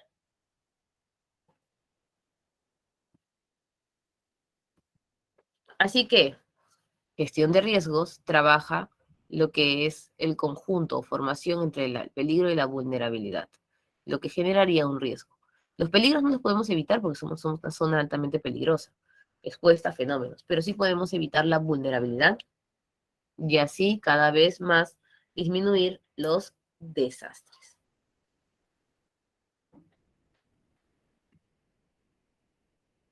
Excelente, chicos, ya vamos llegando a la parte final de nuestro tema de geografía.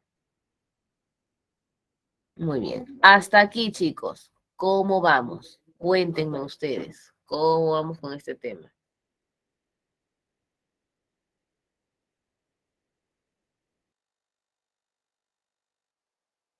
De momento todo bien, profesora, así se entiende. Muy bien, Ángel, excelente. ¿Cómo van los demás? ¿Todo clarito? Sé que es un tema ahí como que engorroso con nombres, ¿no? Yo te recomiendo primero aprenderte las características globales de cada vertiente, ¿no? Y luego aprenderte el tema de los ríos.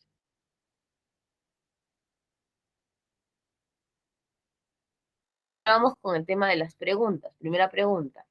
El mar peruano es un escenario de gran diversidad física y biológica. Al respecto, identifica las características que corresponden al sector centro. Entonces, vamos a ver aquí cuáles podrían ser.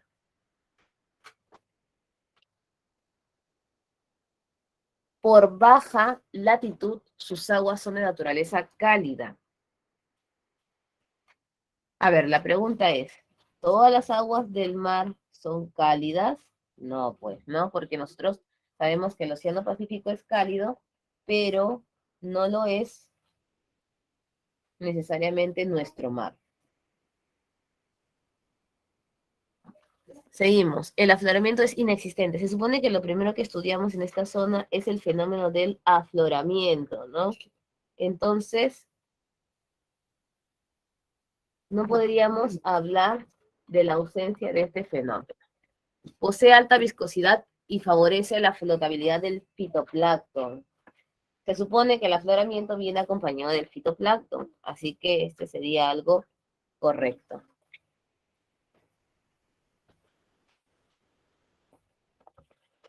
Seguimos. Se encuentra influenciado por la corriente de Humboldt. ¿Cómo se llama también la corriente de Humboldt? Se le conoce como corriente peruana. Así que está dentro de lo correcto. Nuestra respuesta sería letra D de dedo. 3 y 4. La gestión integrada de recursos hídricos demanda la atención de factores naturales y humanos que intervienen durante el ciclo natural del agua en las cuencas hidrográficas. ¿Cuáles de las siguientes acciones corresponden a un adecuado manejo de estas unidades territoriales?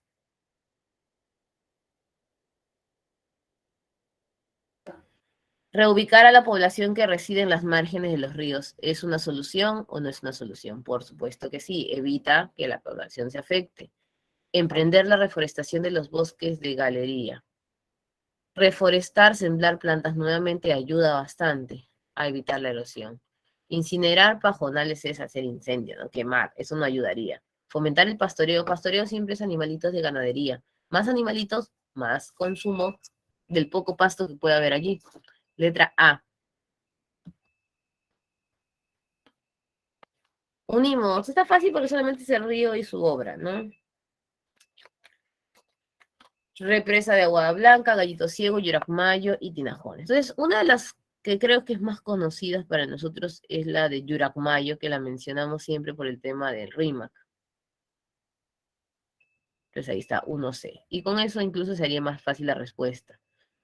Si te das cuenta, incluso te ayudan, ¿no? 2 Chancay con Tinajones, porque de repente puede ser que no la recuerdes mucho. Gallito Ciego también es una de las más conocidas por el tema de Jiquetepeque, de Valle Rosero. Así que, Chili, Arequipa, Charcani B, Central Eléctrica, represa de Aguada Blanca. Incluso por el término te ayuda bastante. Letra A. El Perú tiene el mayor número de glaciares tropicales del mundo, los cuales se constituyen como una importante reserva hídrica. Sin embargo, estos se vienen reduciendo alarmadamente durante las últimas décadas. Al respecto de este proceso, identifica el valor de verdad de los siguientes enunciados.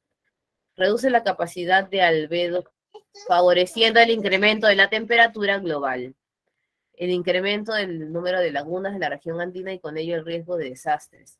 Gracias al derretimiento se dispondrá de mayor agua dulce en escurrimiento en un largo plazo. Altera el caudal natural de los ríos, afectando la permanencia de diversas especies. Entonces, si te das cuenta aquí, capacidad de albedo, tenemos aquí, importante porque reduce, ¿no? La pérdida, ya nos hace falta. Aumenta el incremento de lagunas porque el deshielo genera agua. Gracias al derretimiento, ya no se dispone, sino te falta y altera el caudal. Letra C.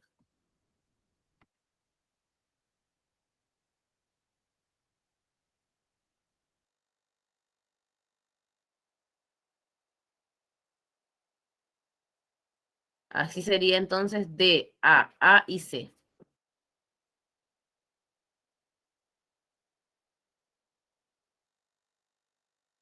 Muy bien, chicos, entonces allí está terminando geografía.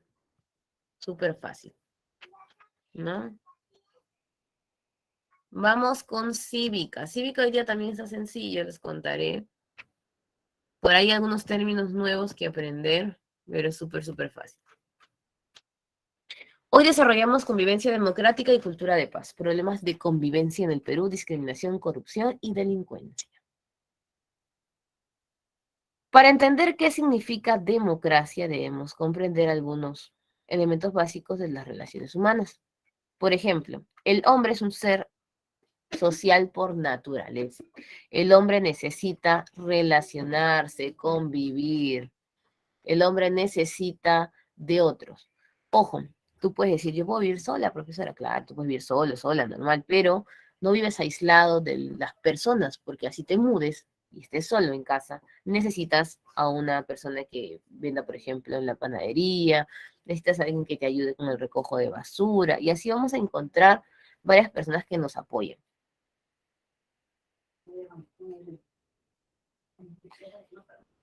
Vivir tampoco es sencillo, ¿no? Llegar a la convivencia democrática es vivir en armonía con los demás. O sea, tú puedes convivir, pero llegar a la armonía es un poco más complicado. Por eso se llama convivencia, vivir con el otro. Ahora, lo que se busca es una convivencia democrática, es vivir bien con el otro, pues en un estado. Vivir con paz, no con violencia, en base a los derechos humanos. Para vivir democráticamente necesitamos ciertos elementos o factores. Por ejemplo, están los valores para la convivencia democrática. Aquí está la libertad, la tolerancia, el pluralismo, la igualdad, el respeto y el consenso. Son algunos de los valores morales, pero llevados al plano político. Creo que son los que no se ven tanto en los procesos políticos. A veces cuando hay elecciones, no ves que se respeten estos valores. Entonces se habla del respeto a las otras personas, a los que son iguales a nosotros. Se habla del respeto a lo que es diferente, a la tolerancia. Ese es el respeto a lo diferente. Se refiere al pluralismo, a la cantidad de expresiones que puedan existir o pensamientos en un país, a la libertad de decidir, y se refiere también al consenso. El consenso es la capacidad de tomar una decisión en grupo.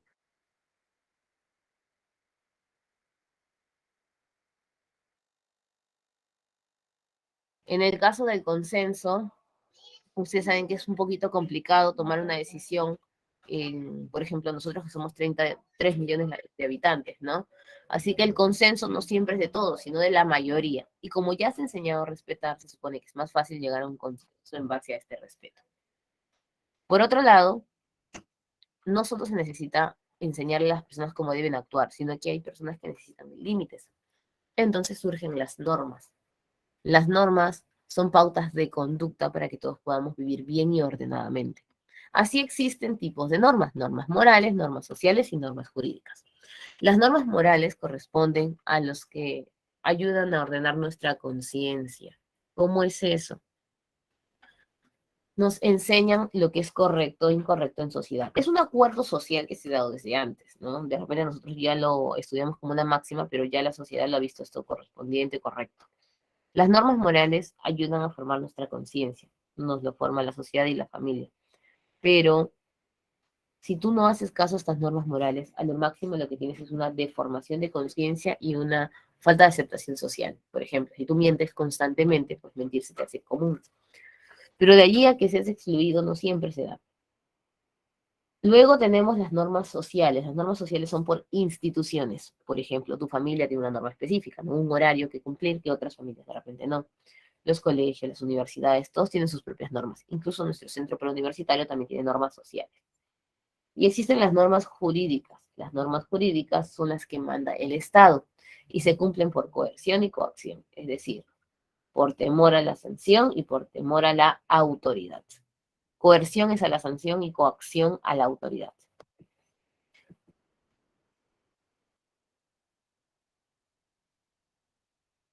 La UNESCO nos envía un programa. Este programa es de la paz. Este programa es de la no violencia. Este programa está marcado en el diálogo. Nos enseña a dialogar para evitar situaciones conflictivas que se agranden, que terminen en guerras, que terminen en muertes, ¿no? Las tres formas de diálogo son la negociación, la mediación y la conciliación, que son tres temas que veremos recién la próxima semana. Hoy día vamos a ver el problema. Este programa nace para niños porque se decía que los niños aún tienen la posibilidad de salir de este círculo de la violencia, ¿no? Que es como que da vueltas y vueltas constantemente. Esta problemática. Se trata de romper el círculo aquí en esta cultura de paz. La cultura de paz va a ingresar en todo tipo de aspectos: cumplimiento de derechos humanos, satisfacción de necesidades, evitar procesos de discriminación. Porque de lo contrario, lo que se va a acentuar es la violencia. Y la violencia en Latinoamérica, por ejemplo, es muy grande. Tiene varias causas de formación. La violencia, la inseguridad, el crimen nos afectan ya casi a todos los ámbitos de nuestra vida y nosotros no podemos estar tranquilos cuando salimos a las calles. Puede ser porque no sabemos cómo responder ante ello, porque somos inmersos en este problema, porque de repente a las personas les falta técnicas de resolución de conflictos, no saben dialogar, o porque hay ausencia de valores cívicos. Así estos problemas cada vez se hacen más grandes. Nos vemos en televisión problemas entre empresas y comunidades, entre autoridades y la población, el rechazo a las leyes, el rechazo a las mismas autoridades. Y hay como que se podría decir tres hijos de la violencia. La violencia dio tres hijos en América Latina, que es la discriminación, la corrupción y la delincuencia. La discriminación es la exclusión de las personas hasta eliminar sus derechos. La corrupción es el abuso del poder de las autoridades públicas y la delincuencia es el abuso de las personas infringiendo la ley. Vamos a empezar con la discriminación. La discriminación es un factor de exclusión, ¿no? Que tiene 3 pasos. Lo primero es encontrar un factor prohibido, un motivo prohibido, injustificado, por el cual discriminar. Ese puede ser el color de piel, el idioma, hay distintos, ¿no? Siempre va a ser injustificado e irracional. En base a esto, lo que nosotros tratamos es hacer un trato diferenciado. Pero, ¿qué es esto importante? Para que se dé el trato diferenciado, tiene que haber un paso que se llama aceptación. Si tú ves que una persona es discriminada y no haces nada, estás generando que todos los demás lo vean normal. E incluso hasta utilizas esta forma de discriminación también. Por lo tanto, no estás solucionando el problema. Se podría decir que entre el factor y la aceptación recién estás camino a. La discriminación verdadera lo que busca es dejar sin derechos a la persona, lo que es la supresión de sus derechos o el menoscabo de los mismos. Esta supresión de derechos se hace en base a lo que se está discriminando, ¿no? Evitando que la persona ingrese a un lugar por esa característica, e incluso, como se vio en el tema de los judíos, puede ser hasta quitarles la vida. Recuerda que hay una discriminación directa e indirecta. Una discriminación directa es cuando encuentras, por ejemplo, un cartel que diga, ¿no? Se necesita, señorita, de tez blanca, de buena apariencia, delgada, de hasta 25 años. Ya. Eso es un foco de discriminación, porque no son características que necesites exclusivamente para un determinado puesto de trabajo. Pero hay discriminación indirecta, por ejemplo, en el caso de las personas con discapacidad, cuando no se les brinda los recursos necesarios para poderse desplazar en el medio en el que están. Entonces, al no poder hacer uso de sus facultades o de satisfacer sus necesidades básicas, se podría decir que estamos cayendo también en un poco de discriminación, aunque no pareciese esa la intención, ¿no? Si tú te pones a pensar cuántos colegios, cuántos centros de trabajo, cuántas instituciones cuentan con rampa, con sistema braille, y te vas a dar cuenta que no estamos preparados frente al foco de discriminación. Hay tipos de discriminación, ¿no? Discriminación social es usualmente por apariencia, por cómo luce, ahí es donde discriminan a las personas que parecen indigentes, por ejemplo. Así tengan dinero, las discriminan para ingresar a ciertos lugares, como restaurantes, por no estar casado, por no tener un círculo económico específico. Étnico, raza, como le decían antes, la discriminación racial, o también ahora es más amplia, no solamente es color de piel, sino es costumbres, vestimenta, tradiciones. Laboral, se conoce como el moving al bullying laboral.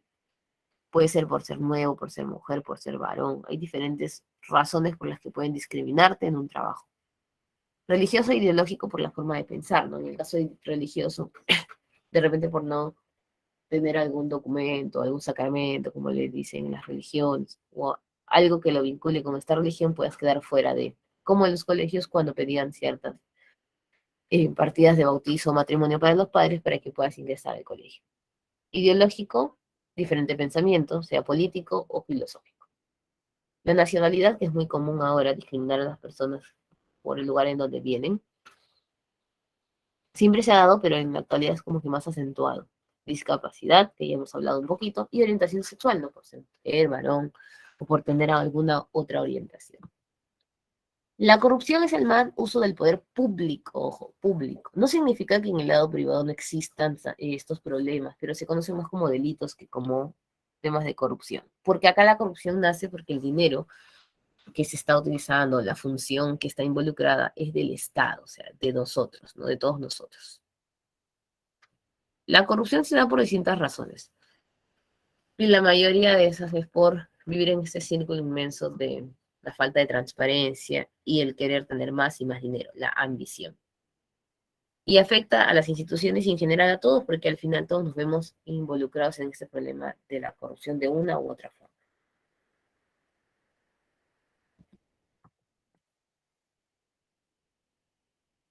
Hay diferentes tipos de discriminación. Dicen que hay más de 250 tipos incluso de las subclasificaciones. Antes de pasar a estos que son los más comunes, vamos a mencionar algunos de los que también son conocidos, ¿no?, en el medio. Está, por ejemplo, la extorsión. Nosotros conocemos la extorsión clásica de vendedores, de secuestradores en el ámbito privado, pero también hay extorsión en el ámbito público, donde te amenazan para conseguir algo o te dicen que vas a perder tu puesto de trabajo.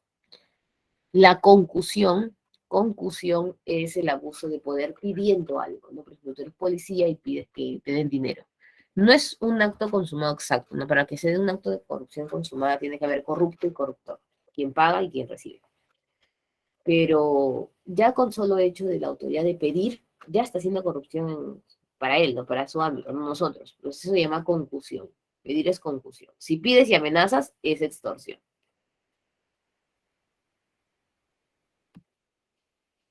Cobro indebido de exacción ilegal. Cuando te piden un dinero que no está en la lista, ¿no?, de pago, ¿no? Como por ejemplo puede ser la PAFA para el colegio, no te matriculas si no pagas la PAFA. Una matrícula o una inscripción que no se debe. También hay requerimiento indebido cuando piden algo que no estás obligado a darlo, como un documento, como un bien, una cláusula. El fraude siempre es a procesos, por ejemplo, fraude electoral, ¿no? Un proceso, una alteración al proceso. Y todas las personas pueden cometer actos de corrupción y siempre se va a ver mal. Pero si el juez o el fiscal, que son los que imparten justicia, cometen actos de corrupción modificando sentencias o temas similares, cometen prevaricato. Prevaricato es la corrupción del ámbito judicial. Ahora sí vamos por los conocidos. Está el cohecho o soborno, que es la coima, ¿no?, el pedida de dinero. Pasivo es el que recibe o pide, y activo es el que da, el ciudadano. Puede ser activo, genérico o específico, o sea, si le pagas a una autoridad en general, genérico, pero si le pagas a una autoridad del sistema judicial, es específico. La diferencia son los años de cárcel que recibes. Pasivo hay propio e impropio. Si me pagan para hacer mis funciones, o me pagan para hacer otras funciones o dejar de hacer algo. La diferencia también es la pena. Por ejemplo, detienen a 2 policías por cobrar presuntamente una coima de 200 soles. Peculado es utilizar un bien o dinero del Estado en mi beneficio. Por ejemplo, tengo 2.000 soles para comprar carpetas de un colegio y me sobran 400 y me los guardo en el bolsillo y me voy de paseo con eso. Peculado. Peculado doloso. Si se lo doy a alguien para que lo utilice, es culposo, pero igual estoy cogiendo el dinero. Pero si no cojo dinero y cojo algo, por ejemplo, un objeto, como ahí vemos en la noticia, ¿no?, detienen a militar y civil por presunto peculado de uso de cargador frontal. Lo utilizaba para su servicio de terceros. O tú eres serenazgo y utilizas el carro para ir de paseo con tu familia. Igual vas a devolver el vehículo. El tema es que por usarlo ya tienes un delito. Peculado de uso. No lo usas para lo que está destinado. Colusión es una especie de cohecho empresarial, es decir, las empresas pagan para ganar licitaciones o contratos. Recuerda que puede existir una colusión simple o agravada. Simple es cuando la empresa no es mala, pero igual ha pagado, es delito. Y agravada es cuando la empresa va a generar grandes prejuicios porque no va a cumplir su trabajo, porque todo lo va a hacer mal, o incluso hay varias obras arraigadas a este proceso, como le pasó a Odebrecht. La malversación de fondos se suele confundir con peculado, que es el mal uso del dinero público, pero para el mismo sistema público, no para ti. Esa es la diferencia con peculado. Malversación de fondos es, por ejemplo, me sobraron 400 soles de la compra de carpetas y decido comprar pizarras sin avisar. Malversación porque no está en la lista de compras. O compro una piscina para el colegio que va a utilizar los profesores, ya algo así, ¿no? Algo innecesario. Ya hablamos un poquito del cobro indebido. Y también tenemos el tráfico de influencias, ¿no? El tráfico de influencias es cuando tienes a un conocido para acceder a cargos, para ganar contratos. Puede ser también nepotismo. Nepotismo es cuando contratas familiares. Ustedes saben que está prohibido contratar familiares en el sector público. Hasta el 4.º grado de consanguinidad y 2.º de afinidad. Pasando esos grados sí puedes contratar.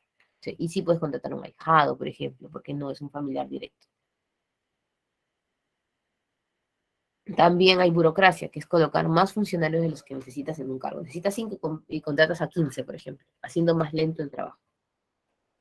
La delincuencia es la infracción a la ley, ¿no? Usualmente hay delincuencia vinculada a delitos y faltas. Las faltas son de grado menor. Por ejemplo, pintar un patrimonio es una falta. La sanción económica es muy alta, puede llegar a ser hasta millones de soles, pero no hay cárcel. El delito ya es mayor. E incluso hay una diferencia entre la edad que tengas, ¿no? Si eres menor de edad, por más delito que hayas cometido, sigue siendo falta porque no puedes ir a la cárcel, solo a la correccional como máximo. Salvo que ya estés muy cerca de cumplir los 18 años y puedan colocar primero la correccional y continuar luego tu condena en la cárcel. Con un debido proceso o juicio posterior, ¿no? La delincuencia puede tener varios factores. La pobreza no siempre va a ser un factor porque hay personas que obviamente tienen pobreza extrema y no caen en la delincuencia, pero son varios factores que se unen para llegar a ello. En la mayoría de cosas hay este término de culposo y doloso, ¿no? Si quise o no quise. Homicidio culposo, no quise matar a la persona, pero estoy involucrada en, por ejemplo, hasta un juego, un accidente. Homicidio doloso es que sí lo quise hacer. Hay una diferencia entre los diferentes tipos de delitos, ¿no? Dentro de lo que es la vida, el cuerpo y la salud, contra la libertad, la dignidad humana, el valor de la persona, contra los derechos intelectuales, tributarios. Ustedes saben todo lo que se le debe al Estado, en la SUNAT es cláusula de delito. Contra la paz, tranquilidad pública, contra el patrimonio, el hurto. Hay diferentes tipos de términos relacionados con hurto o robo, ¿no?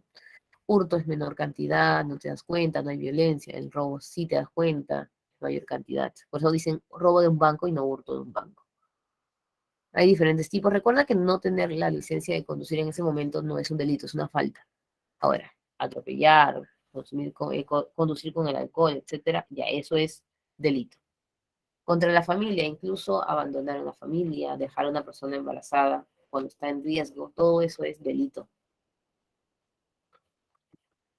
Contra la fe pública, la falsificación de documentos, que es clásico, en Azángaro, por ejemplo.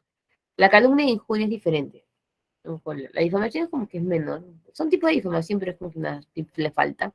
La calumnia e injuria es en cuanto a cómo afecta a la persona. Si va a la cárcel, si le estás acusando de un delito, qué es lo que le va a pasar. Contra el orden constitucional, que la vamos a ver más adelante con el tema de Estado también, ¿no? Y súper fácil, pues ya llegamos a la parte final de los términos.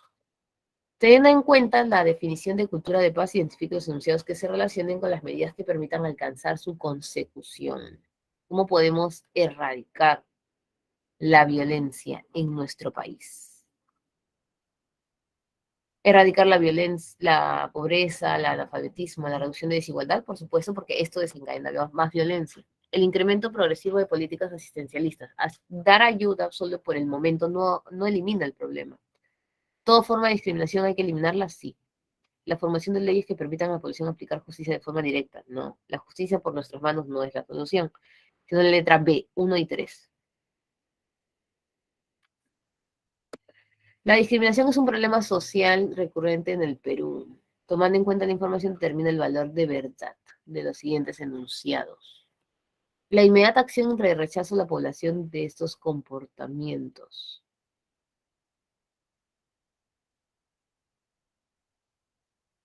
De las causas, sería una causa. Si la rechazan, ya no sería una causa, sería algo positivo. Ya no se generaría discriminación.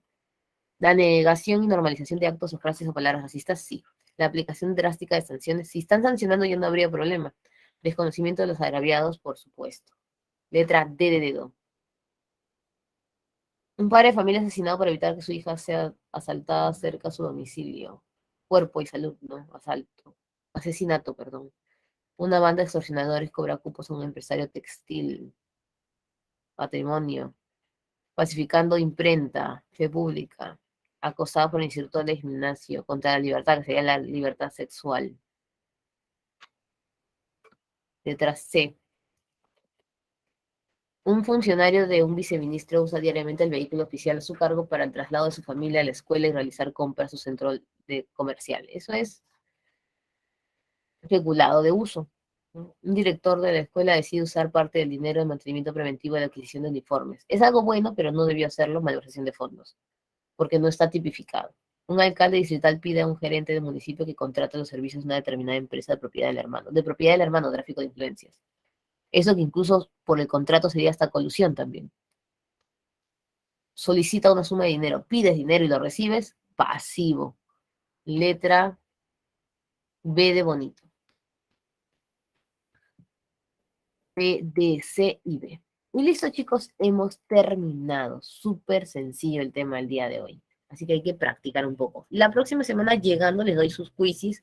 Por el tiempo ya estamos con la justa porque tengo que pasarles varios de hidrografía y varios de este tema también, ¿no? Así que ya la próxima semana al ingresar, como nos pasó en una semana anterior, ahí les estoy enviando sus exámenes, que me imagino han estado practicando. Nos vemos, chicos. Un fuerte abrazo para todos. Cuídense mucho. Buen fin de semana. Gracias, profesora. Tenga un buen día. Muchísimas gracias, Ángel. Igualmente para todos.